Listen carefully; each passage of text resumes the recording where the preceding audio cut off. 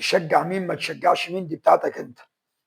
تبقى مع مين؟ مع نيجيريا، مع السنغال. انت في اول ماتش في البطوله شجعت الفرقه اللي كانت بتلعب منتخب مصر، وقلنا عادي ممكن يكون ناس من جمهور المغرب ما بيحبوش مصر وبتاع، لكن النشيد الوطني يتعمل وانتوا الجمهور كله يصفر،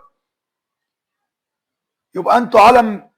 مش الواحد ما ينفعش يغلط في شعب كامل بسبب قله، بس فعلا ما ينفعش السلام الوطني بتاع اكبر قاره في افريقيا يحصل فيه كده.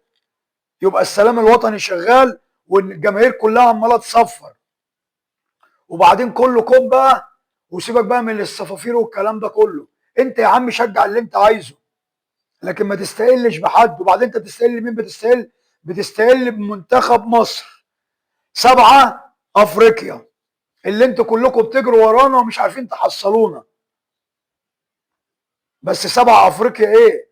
الجيل بتاع محمود الخطيب بقى وحسن شحاته، والجيل اللي بعده اللي سلم الرايه، والجيل بتاع ابو تريكه وعماد متعب. وبعد كده ما خدناش حاجه. بعد كده خلينا الناس كلها تتكلم علينا.